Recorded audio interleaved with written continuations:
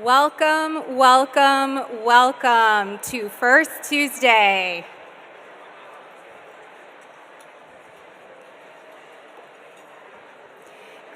It is so exciting to welcome all of you. I can't believe how full this room is. We managed to fill up university parking and Washington, and I think someone even broke the elevator in one of those. I do apologize for the inconvenience. I'm told that they're working on it, and hopefully they have that done by the time we wrap today. My name is Jess Cowell, and I have the privilege of serving as the Assistant Dean for Institutional Advancement here at the Carlson School, and it is my distinct honor to welcome all of you to First Tuesday. I am very excited for today's event featuring our new Dean, Jamie Prenkert, and a conversation with Twin Cities Business Editor-in-Chief, Allison Kaplan.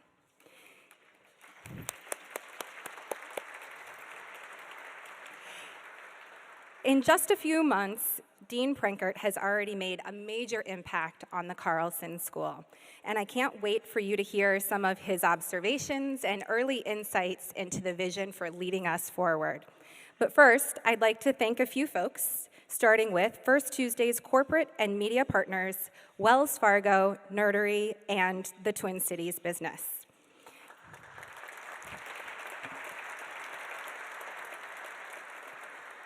I would also like to take a moment to recognize University of Minnesota Regent Doug Hippish and Emeritus Regent Abdul Amari.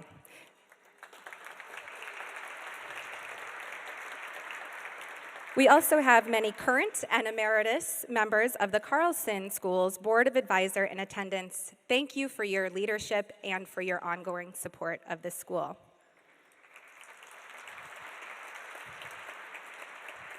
Also, given that I have the privilege of leading institutional advancement, I would be remiss not to acknowledge all of the benefactors joining us today, including our Investor Circle's members. The Investor Circle is the Carlson School's annual giving society recognizing the school's most ardent and committed individual supporters, and they are here in record-breaking numbers today, so thank you. Okay. Let me tell you a little bit about Dean Prenkert and Allison Kaplan, and I promise I'll be brief so we can get to the good stuff and the hard-hitting questions that I know we have for you today.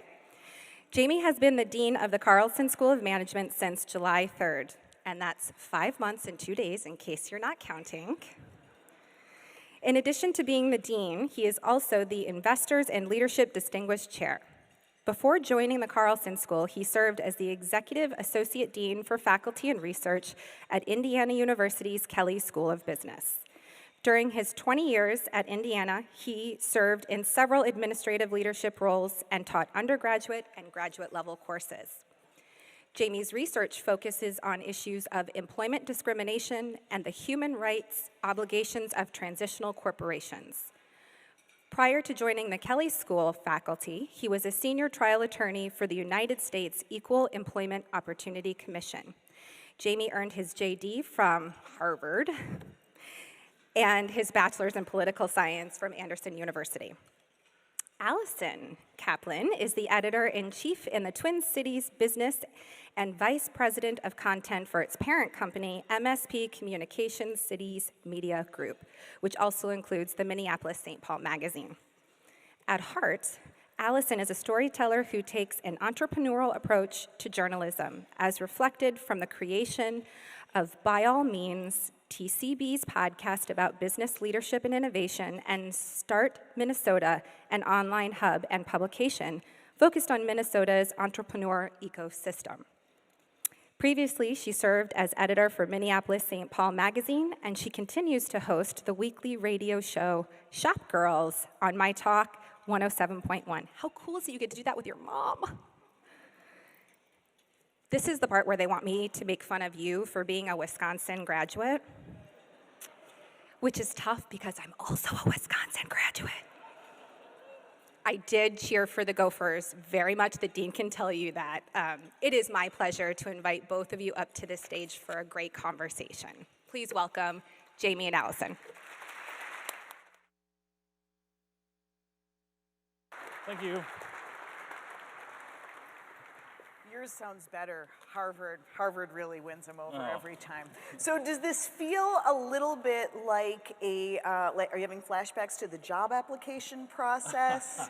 I mean, no pressure or anything, but there are a lot of heavy hitters in this room. There are. I do feel good about the fact that I've already got the job. There and you now go. I just need Yes. to fulfill the expectations. Things could happen. Yes, things could happen. Well, it is such an honor to be up here with you, and what a great looking group. I see a lot of maroon. Everybody's very on brand.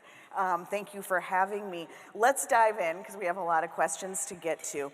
So within weeks of taking the job, you were on the road. And not just on the road, you were in the air, you were all over. You've been to China, right? Yes. Yep. And you've been around the country. What sort of perspective did all of those visits give you right off the bat? Sure. Well, first, I want to say thank you to you for being here in this conversation, and to Twin Cities Business for sponsoring First Tuesday, and to all the sponsors. I just want to reiterate what Jess said. We're really grateful for this. It's been really fun to come into this tradition of First Tuesday, and so it's an honor to be part of it. To answer your question, coming in new from someplace else, it's been really important to me to learn and listen and meet people. And so even before I started, I had the privilege of, in February and March and April and May of this year, of spending multiple days each month here, both internal to the Carlson School and in the community, meeting people. I have, one of the values that I have is really empowering people, and a slogan that I have about that is "People matter most." And so you gotta meet people if you're gonna come in new to an organization like this. And that included not only the privilege that I had of meeting all the people who make up the Carlson School, all of the community that surrounds the Carlson School, but getting out in the greater nation and internationally, given the global footprint of the Carlson School. So you're right. Like starting in the end of September through just before Thanksgiving, I was in Chicago, Seattle, San Francisco, New York, Guangzhou and Shanghai, China, and also Seoul, South Korea. Wow. And through that process, I think we have, I've had the opportunity both in those venues and in times here to, I think, interact with more than 1,000 constituents of stakeholders of various types through the school. And that's been an incredible privilege, and sort of what have I learned from that process, I think was really the point of your question, right? And so a couple of things, particularly interacting with the alumni when I was out in those areas outside of the region. Our alums have a deep connection to the school. They love the Carlson School. In fact, I was really struck when I was in China and South Korea that I had more than a few people say to me, Minnesota is my second home. And that their connection is still strong. And they want to help amplify the recognition, the image, the understanding of what it is that we do here at the Carlson School. And I think that is an energy that I am eager to take advantage of. And we can talk a little bit probably more about that as we have conversation. Yeah.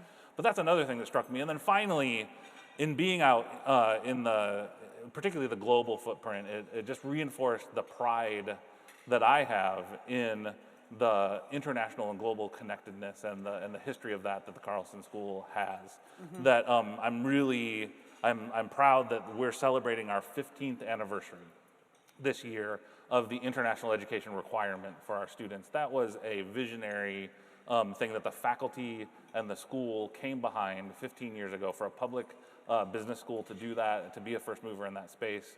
Being out and seeing our global engagement was really important. And I didn't just get to see alums, I also got to interact with degree program partners that we have in each of those cities in China. And so just to learn a lot, but to hear that deep connection was really important. Right. Then you had to come back here and settle in. Were you warned that first Tuesday in December means snow on the ground? So what I keep hearing is that the weather has been really mild. It has. And it must be doing us a favor, particularly my family has some trepidation about the winter. So we're Indiana's easing not into that it. warm. We're Come easing on. into it. Come on. Well, so tell us, how are you settling in? What do you think of Minnesota? Are you settled into your new community? Sure, yeah. So my whole family moved here. I should note that my spouse of 28 years, Deb, is here today. And working for the university as well. Yeah, yeah. My son Calvin, who's a student in the Master of Marketing program at Carlson, is here as well. I have to think that might give him a little edge I have to say that name drop a little? he tried to fly under the radar for a really long time. But as many of you may know, my mug is on the front of the Carlson Alumni magazine, prominently displayed all over the school. And eventually, all his classmates heard about that. One of them actually made me autograph the Wow, that's not magazine embarrassing at Yeah. all.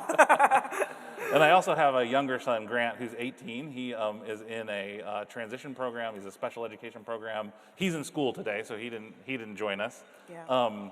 We've all made the transition here. I don't know the last time you made a multi-state or an interstate move, but it had been more than 25 years for me, and those are an adventure.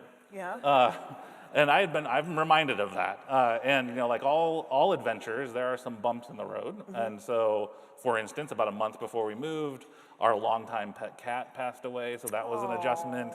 But maybe even more of an adventure than that. The week before the movers were supposed to come to my house to our house to pack and move us, I ended up in the hospital with emergency gallbladder surgery. Oh my God. I'm fine. But during the move, I had a 5-pound lifting restriction. So as you can imagine, I was a tremendous help during this process. I'm sure your wife has a lot of good memories about that. Okay.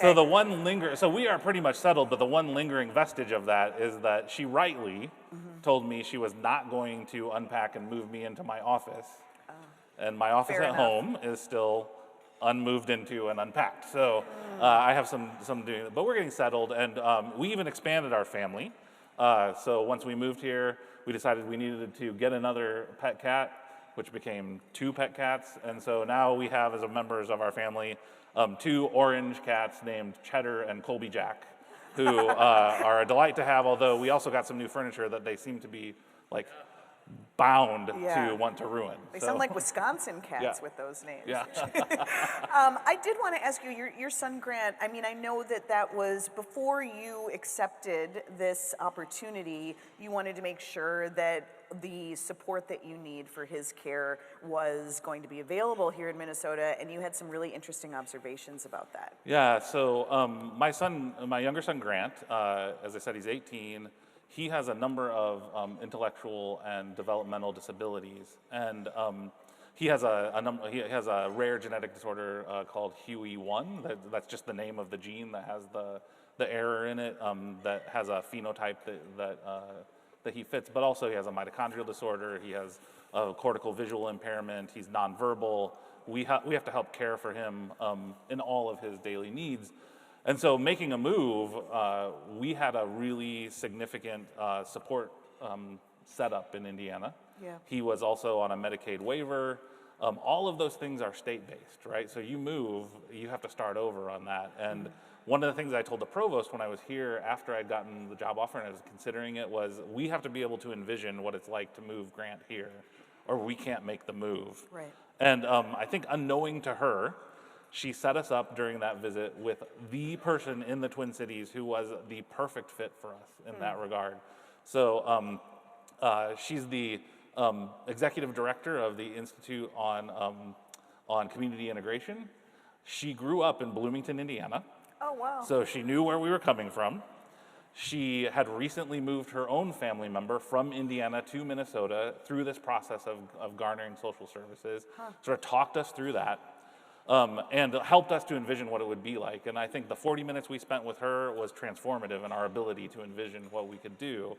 Now, having been here, that process of getting social services set up is an arduous one.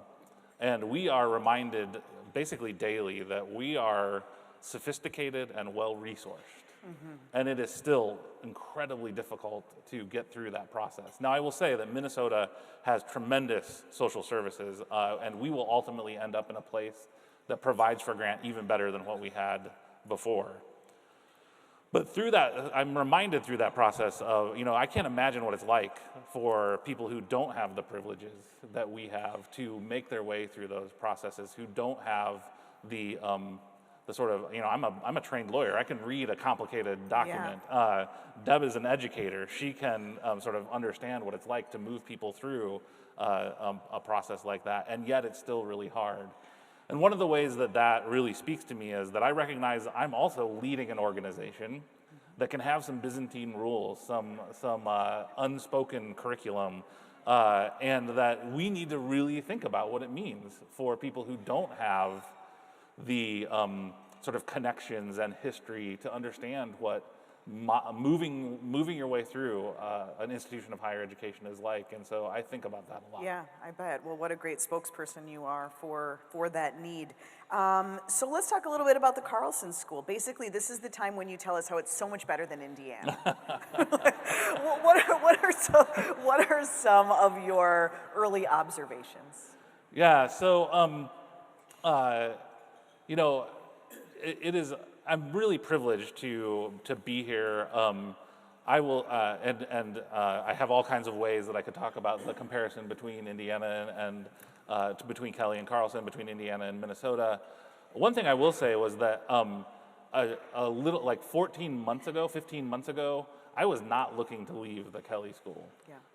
I got the position I was in, the Executive Associate Dean for Faculty and Research, is the kind of position that search firms reach out to when there's a dean search just routinely. So I would get lots of outreach, and I wasn't always sure even how serious they were. They're just trying to say we reached out to a lot of people who are viable candidates. But I got the announcement about this job, and despite the fact that I wasn't looking, it caught my attention. And I knew a few things about being a fairly sophisticated consumer of business education and being in the Big Ten. I knew a few things about the Carlson School. I knew the tremendously strong faculty. I had learned about the recent revision of the undergraduate curriculum that was really impressive to me. In fact, I took it to my counterpart, who's the Executive Associate Dean for Academic Programs, and said, "Have you seen this?" And he said, "Yes." And I said, "We're behind." And he said, "I know." And what in particular stood out to you about it? Yeah, so I think the careful attention on building skills of problem solving so that students can deal with both modern business issues, analyze and solve problems, deal with ambiguity. Lots of business students are really bright, ambitious people, and they can, my friends, the associate and assistant dean for undergraduate education, Vlad and Nick, will often say, students, good business students can often follow a recipe really well. But give them lots of stuff and tell them to make something, they may not be able to do it. And the curriculum was really structured in that way.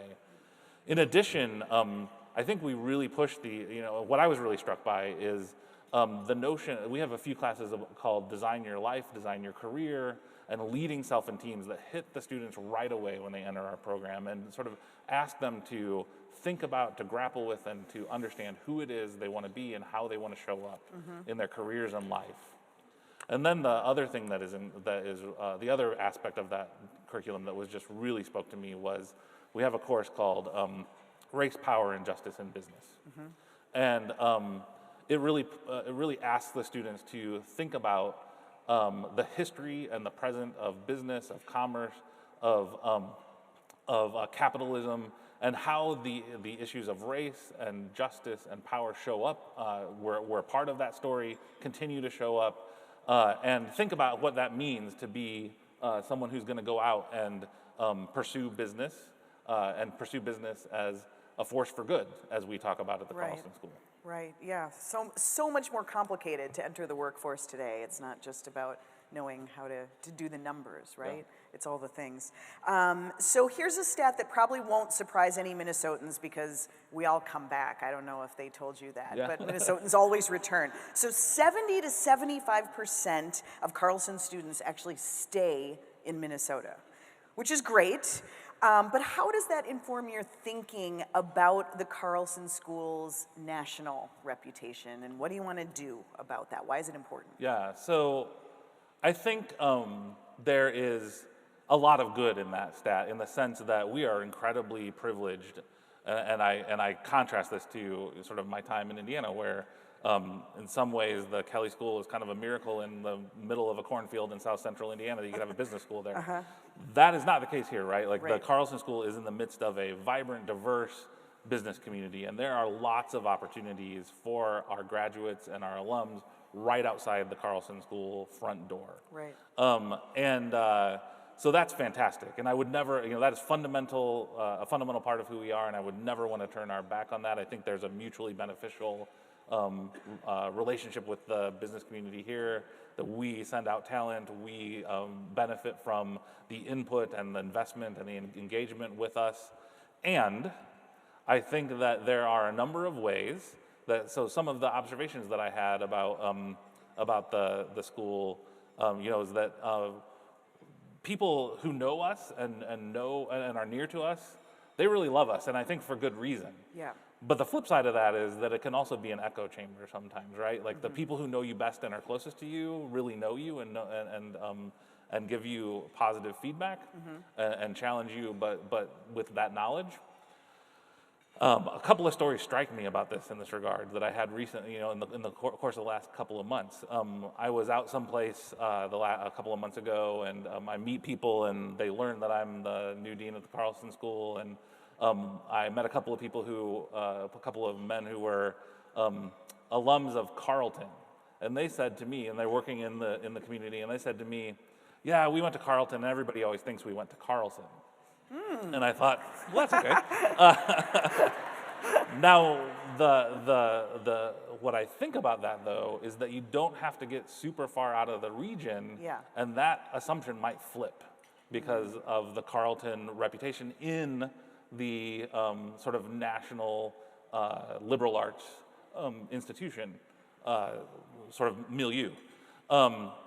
And I think we need to, so what I'm really struck by is that we have opportunities. I said, like, our alums across the world, across the country, really want to help us elevate our image. And I was in San Francisco talking to a really engaged alum who is on our board of advisors, who lives in a neighborhood in the Bay Area, where you know how neighborhoods kind of go through demographic shift, and that neighborhood is in a place where lots of the families are having kids who are getting ready to go off or recently have gone off to college. He said, I drive through my community, and there are flags for Wisconsin, there are flags for Michigan, there are flags for Indiana, there aren't Minnesota flags. And there is no reason for that, because we should be absolutely in and leading that conversation. And so I think what I want to make sure is that we have the opportunity to sharpen our message, to get out there nationwide and in the globe, to really draw talent in, because some of that talent will stay here, and that's good for the community. Right. But it also enriches our educational environment to have a diversity of geography and the experience that goes with that.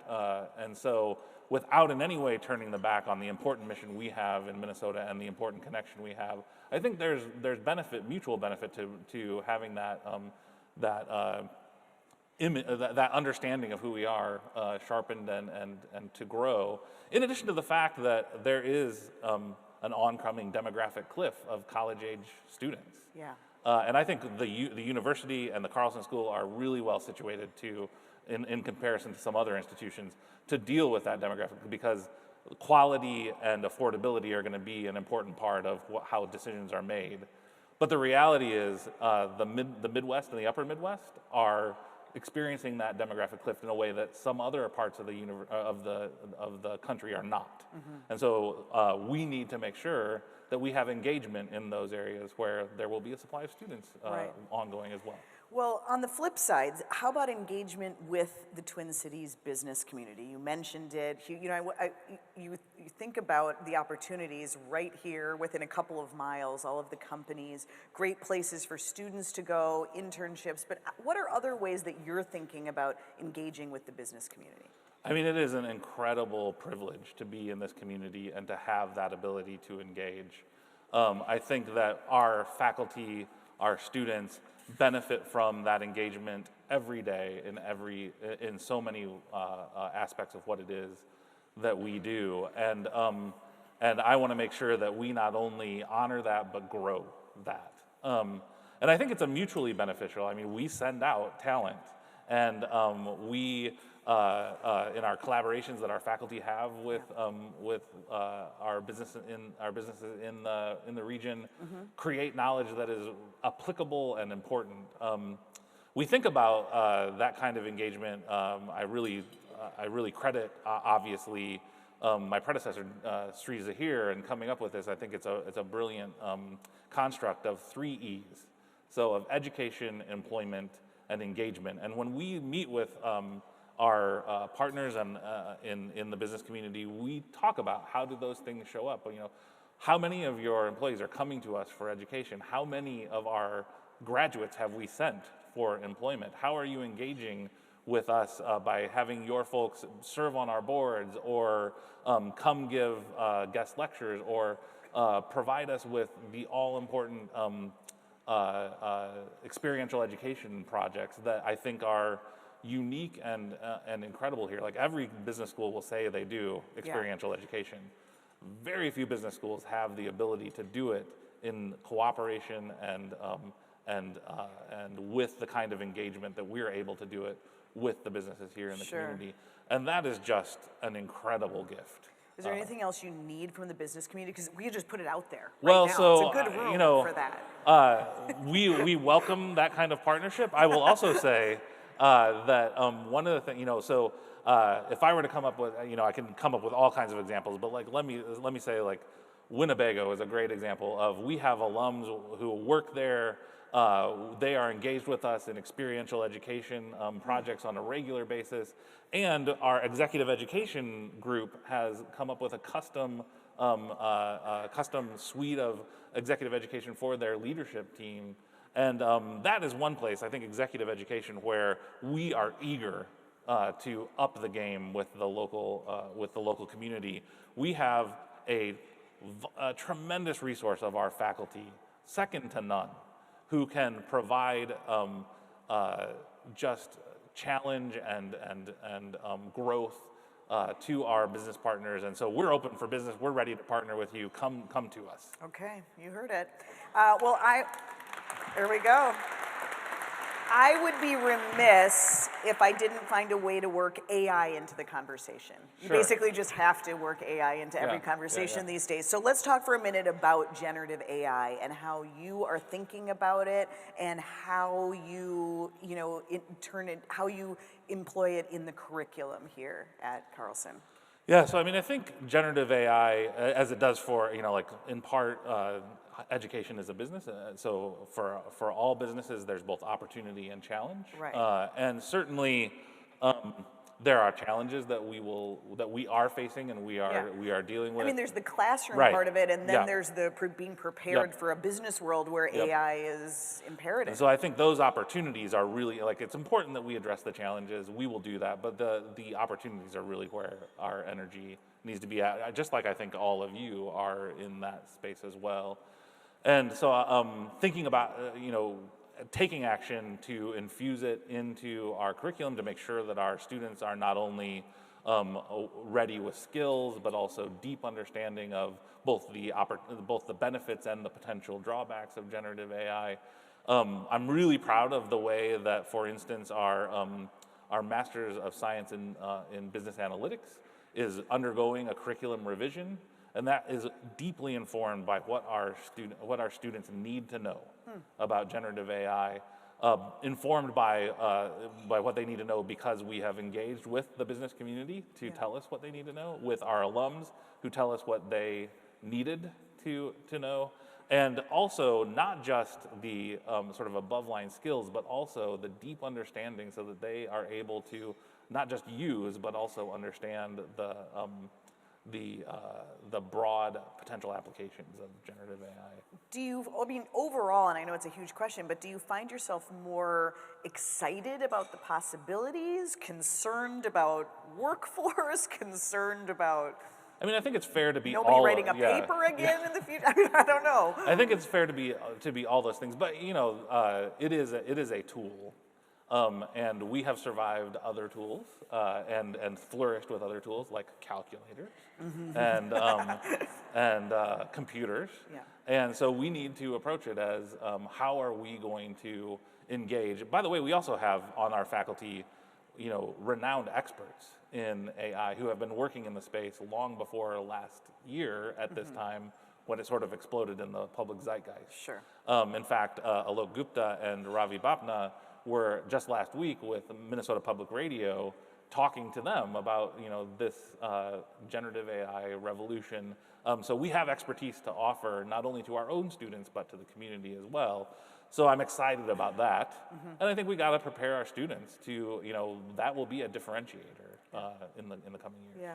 We were talking about some of the professions that have perhaps fallen a little bit out of favor. Maybe the flip side of AI might be accounting, people not as eager to go into some of those more traditional business paths. I think you said to me that finance is the new accounting. Well, in some ways, that's sort of how students are showing up sometimes. And one of the ways I think we're, look, our job is to give our students both the hard and soft skills to succeed in whatever way is going to be personally meaningful to them and to our communities. And so one of the ways we can do that is to really make sure that they are equipped to understand the opportunities that they do have. What are the various roles that they can go, not just for today, but in the future. And so that's really where I think we're focused. And I'm proud of, I talked a little bit about the undergraduate curriculum and how that really does force our students to grapple with who it is they want to be, what is going to be fulfilling for them, and then really determine how they're going to move toward that definition of success. I'm also struck in the conversations that I've had with alumni that they have said to me that even when they were here at the Carlson School and they were studying, they often thought that those sort of domain-specific skills were really what was important. So, they were really focused on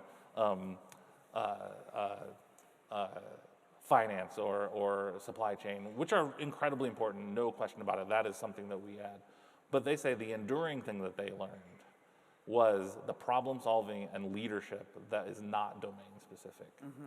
And that those are the kinds of skills that they felt like they had an advantage of that really have served them over time. And so we have to continue to be focused on that. I'm struck by one recent alum of the undergraduate program who works at a prominent tech company in the Seattle area, who said, "Look, I sit in rooms with colleagues from the most elite institutions, the blue blood business programs, and I can out-lead and out-problem solve all of them." And I want all of our students to be able to say that. Wow.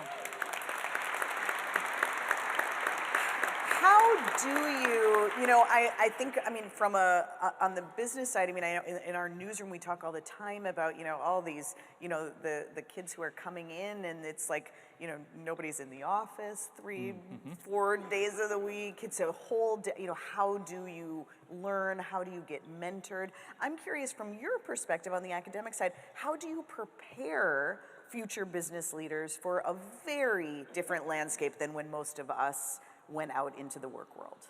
Yeah, I think so we have to continue to give all of those skills that we talked about that are going to be vital no matter sort of what the work from home or not work from home, what the issues are. But we also have to be attentive to what is really important right now. And so there are things like helping our students understand, so some places that I'm proud of what we're doing in this regard, helping our students really address mental health and wellness for themselves, and then as they move into leadership positions for the people that they will be leading and their colleagues. We take that seriously. We have embedded mental health counselors in both of our undergraduate and graduate programs. I think we're the only unit on campus that has that, and we're really proud of that. But we're also prepping students to be able to deal with that. We talked about the diversity, equity, inclusion, justice, access, and belonging. And I want to say thanks to our senior diversity officer, Angela Springer, who's out here, who has helped lead that. I also want to point out my socks to Angela because she gave me a hard time the first Tuesday I was at that I did not have Minnesota socks on. So got 'em, Angela. Won't make that mistake again. Yeah. We also, I think, are really focused on making sure that we are creating a community where our students can flourish and like I said, be the best versions of themselves that they can be. I'm super excited about a project we're calling Connecting Carlson, which is going to revitalize our flagship building in ways that help us meet the sort of modern way that our students learn and that we teach. What does that mean? So more to come on December 12th. We have an event. No, I want the scoop. But We we're won't excited. tell anybody.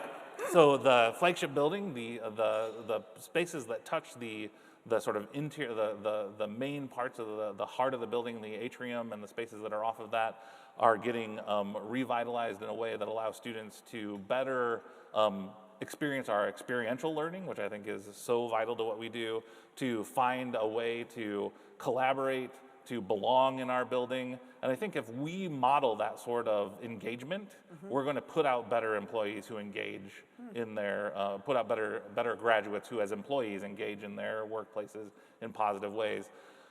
We also just have to meet what is sort of the way that students now learn. I mean, I was talking to an alum who started his undergraduate program in the year that the building was opened. I think it's a fantastic building, but he said, when I started, I didn't have a cell phone, I didn't have a computer. Yeah. And, there are ways that our buildings really need to not only meet those sort of mundane things that have moved forward, but also the way that we learn. And so, pay attention for more about the super exciting Connecting Carlson. And it really has, that Connecting Carlson has deep meaning. It's sort of connecting us all together, connecting us to our history, and we're excited about it. Okay, sounds great. Well, I know we want to get to some questions from the audience, but I want to just do a quick lightning round with you, okay, before we do. You ready? I know it's only been a few months, but at this point, do you have a favorite spot on campus? So, not to be like overly self-focused, but so my office and the boardroom next to my office. You got a nice view. It has an amazing view because it has a view of part of downtown Minneapolis. It has a view of the Cedar Riverside neighborhood. It has a view of part of the West Bank. And for me to stand there and look at that, it sort of reminds me of all of the ways that we need to be part of our own community. We have this tremendous relationship with the business community, and I'm privileged to be at this great university. Yeah. Favorite lunch spot? You can't say at your desk. Well, so where's Bridget? Yeah, so Bridget, who is the executive assistant for the Office of the Dean, I would, if you hadn't said that, I would have said like her bottom drawer because she. But I love the Afro Deli actually in our neighborhood. That's a good one. Favorite sports team in Minnesota? So This is the dangerous question. I should give a shout out to Calvin, who ever since he was like, I don't know, 7 or 8, decided that the Timberwolves were his favorite team. Partly,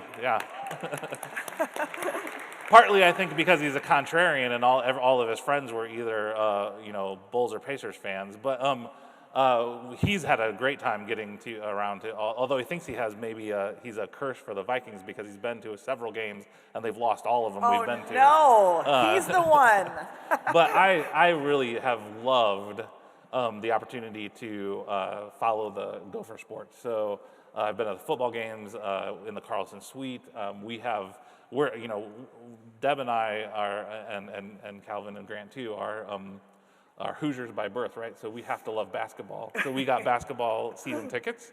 We're excited about that. And I've been to a volleyball match that was fantastic, and we're really looking forward to our first hockey game here at the U. So the Gophers are our team. You got a lot of good options. Okay, fair enough. Well, thank you, Dean Prenkert. This has been so great, so much more to learn, and it's exciting to see what you're doing already. Well, thank you, and thanks to everybody for being here. So I'm Yeah. looking forward to continuing the conversation with you. Yeah, so I know we have microphones out there. Amy's there out there. We go. Yeah. Amy's We do. out there. I see some hands already. We've got lots of hands. All right, we're going to start with Mark, and then I'm going to make my way around the room here. So nice and loud, Mark. Hi, Mark Hughes. Thanks for being here today. I've been waiting for this day. Me too. My question to you is, you wanted to get the word out really around the country and around the world about Carlson School. We alums know it's a great school. What is the one thing that you think makes Carlson a cut above the rest? I mean, compete with Harvard, UCLA, the big schools. There's nothing better than the U of M Carlson School. And I'd say that whether I was alumni here or not. Love the place. Thank you.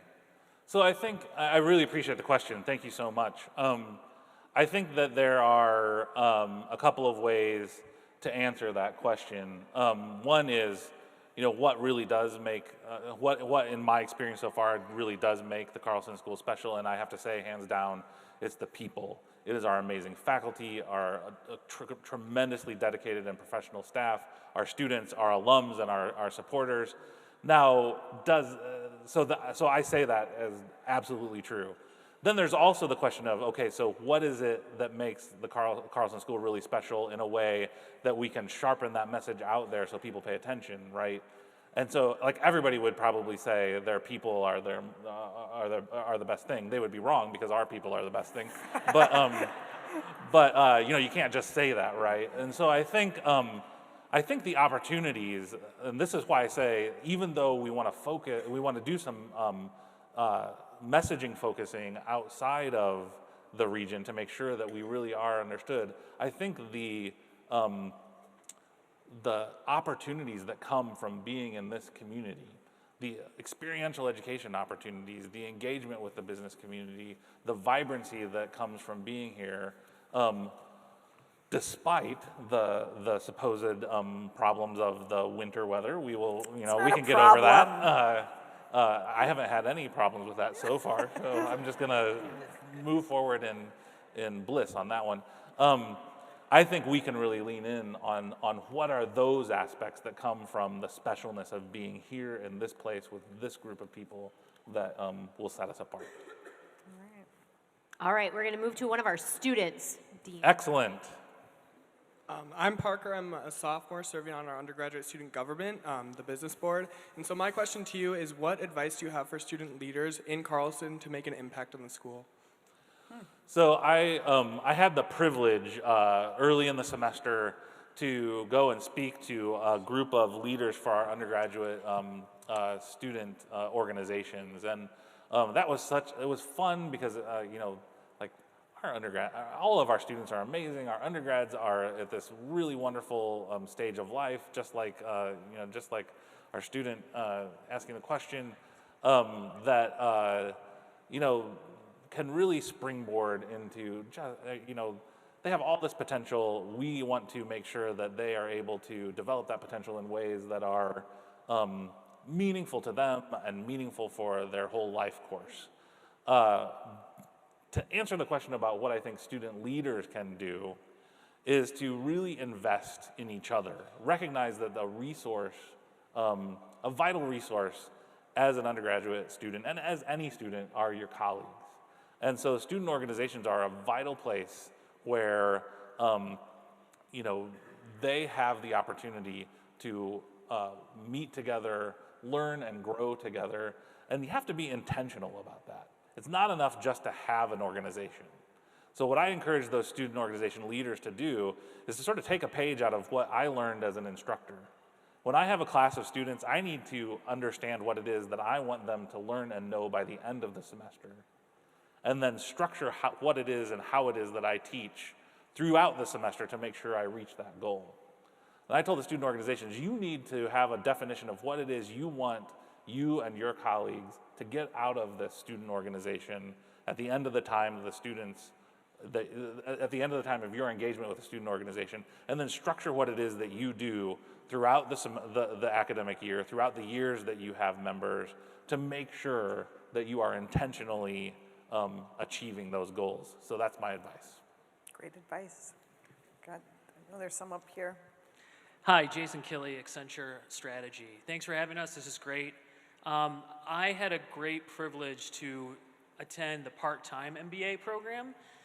Just found it, an experienced hire to Accenture. I was working my career, just didn't feel I could take time, 2 years off to do that, and it worked out really well for me. So what's your vision for the part-time MBA program going forward? I think our part-time MBA program and all of our working professional programs, we are in a special place to be able to make sure that we continue to provide those opportunities to professionals in this community to have the opportunity to advance their skills, their education, their credentials, and their leadership. And I think that's an important role we play in partnership with the business community that I've already talked about. So my vision is that we continue to provide the opportunity for our working professionals to be challenged, but also to meet that challenge in a way that is consistent with how they are challenged to sort of live the rest of their life as well, to have flexibility and interoperability among our programs so that the best of our programs are available to all of our students. So online and part-time, dipping in and out of the courses that are specialized that we're able to have because we have other degree programs as well. That is, I think, one of the competitive advantages we have is that our programs generally, coming from a place where this was not true, our programs generally are sort of on the same rhythm, and so have students have opportunities to learn from all of them. That's great. We have a question right down here. All right. Jamie, Tom Olson. Hi. As you may be aware, there's a search taking place for a new president. Yes. I've heard. I'm just kidding, but yes. So my question for you is, what are your, say, top 3 priorities as we search for and hire a new president? Yeah, I mean, I think I'm excited about that prospect. Sort of coming in new to an institution. It's, one of the things I actually reached out to a few colleagues about before I started was, and after I learned that there was going to be a presidential transition, is there's a lot of transition going on at the university right now. I sort of joked at one point with one of my dean colleagues that as there were transitions in the deans too, not just me coming in, but a lot of deans transitioning in other ways. Like, am I going to be like 6 months in and the most senior dean on campus? So I think there can be unsettling aspects to a lot of transitions, but they're also super exciting. And so I'm really excited about a president that can come in and provide a forward-looking, strategic, and inspiring vision for the university, as well as really recognize that it's a time to shore up those feelings of uncertainty that can come with transition kind of all over campus. So I think that's a delicate balance, right? Have a really clear vision going forward, but also provide stability. I am really excited to have, we're really privileged right now to have an interim president who deeply understands the business school, has been a teacher at the business school, has been a business professional. I'm looking for a president who doesn't have to be that, but values what a business school brings to a comprehensive university like this. Great. Hi there. I have a 2-part question, and it relates to both innovation and the study abroad or international business aspect. The first thing, I know that Kelly did a really, original and sort of planned out experience for your students in terms of part-time MBA with the Thunderbird partnership program. It felt like that was really thoughtfully designed and had a ton of benefits for students. Do you see any innovations like that you could bring to the school and or part-time MBA program? And then the second part is in relation to the requirement for undergrads to study abroad. I work with a lot of students, know a lot of students, and one sort of off-putting trend I've seen from a DEI perspective is that students who have more resources are able to study abroad longer and really immerse themselves in that, as opposed to some other students with financial concerns that don't allow them to go, they'll do a spring break trip or a May trip. What are your thoughts on that and how that affects the student's experience? Thanks. Yeah. So I'll answer the first part of the question quickly. I actually taught in that program that Kelly had with in partnership with Thunderbird. Unfortunately, it fell apart a number of years ago. It was an interesting program. I think maybe not a model for what we would do, given the ways that I think that went down. But providing opportunities for our online and part-time students to be a part of what is a hallmark of the Carlson School and the global engagement, I think is something that is really important, and that we want to make sure that we make those opportunities smooth. To your second question, I think that is not new, but it is incredibly important, and that we have probably for far too long not paid enough attention to the fact that means this is another area where coming from means gives opportunity that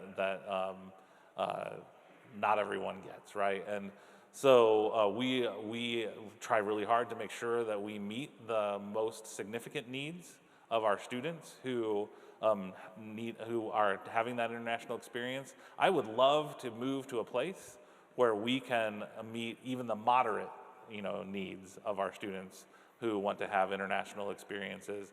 That's going to take investment both from and into the school because it's not going to be cheap, right? It is that the reason that students struggle is because they don't have the money. If we're going to help with that, we're going to have resources come in, and so that will be something that we continue. And my colleagues in the Carlson Global Institute are really tuned into this, really care about it, and brought it to my attention right away, and we'll continue to strategize on ways we can make sure that all-important international experience is available to all students.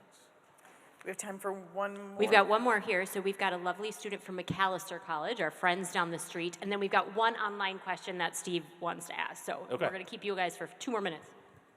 Hi, thank you very much. I'm a senior student at McAllister College, and my question to you is, what are the important trends that you are noticing within the financial industry, especially when it comes to corporate social responsibility, and how can aspiring professionals align themselves to adapt to this new environment?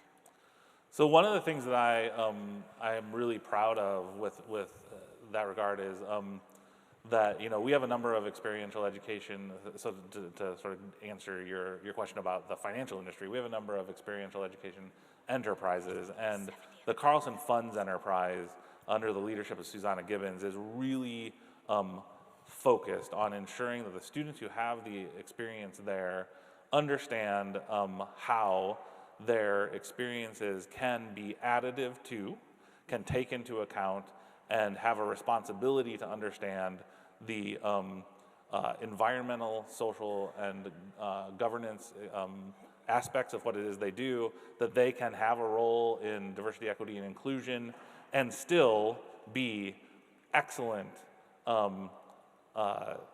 tremendously performing finance professionals. And so I think that I'm really proud of what we're doing in that space. All right, I'm going to combine 2 questions for the last one here. So I'm an undergraduate alum who started at Carlson in 2015. I'm returning to begin my MBA in January of 2024. What vision would you cast for someone like me who's both engaged in my career but cherish the Carlson and its school and its community as I make campus and the Carlson School home again in the upcoming season? And related, can you talk a little bit about the future of the MBA program that this student will be walking into? So the vision that I would cast for that student is to, really, they're going to have a ton of pulls on their time, but they need to recognize that they are investing in their education, and so they need to dive into it, right? And we are going to offer them opportunities to advance not only their skills in a variety of domain-specific areas, but as I said, their leadership and problem-solving skills. And they are going to be surrounded, as I said before, by colleagues who are going to be a vital resource for them. One of the things that I was really marked to me as I interacted with the alums is that the alumni maintain connections with each other because they develop a cohort of peers that can help them throughout their careers. And so I think invest in that way to that student. And to answer the last question, the graduate education space in business is an evolving space. And the MBA degree is not exactly the be-all, end-all credential that it was at one point in time, but it is a vital program for us, and and we will continue to provide for our students a top tier, incredible education that they can take to advance their careers, to take out into the workforce and be the representatives of the Carlson School we want them to be forces for good. And so that is a broad but a very sincere vision for what the MBA program is going to be. All right. Well, great questions. Thank you all. Thank you, Dean Prenkert, for answering all of them. It's a pleasure to get to know you a little better. Thank and you. Your vision. Yeah. Thank you.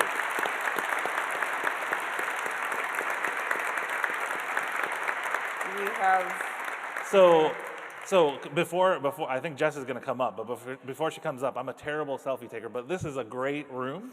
And would you join me with a selfie? Yes, of course. Absolutely. I'm all about it. Let's do it. I mean, that's not as fun. No, not at all. All right, so you all are going to be in. It's a little scary, our backsides here, but. All right, so here we go. Okay. All right. Let's do it. Ready? I'm too short. 1, 2, 3. Wow, all right. Thank you.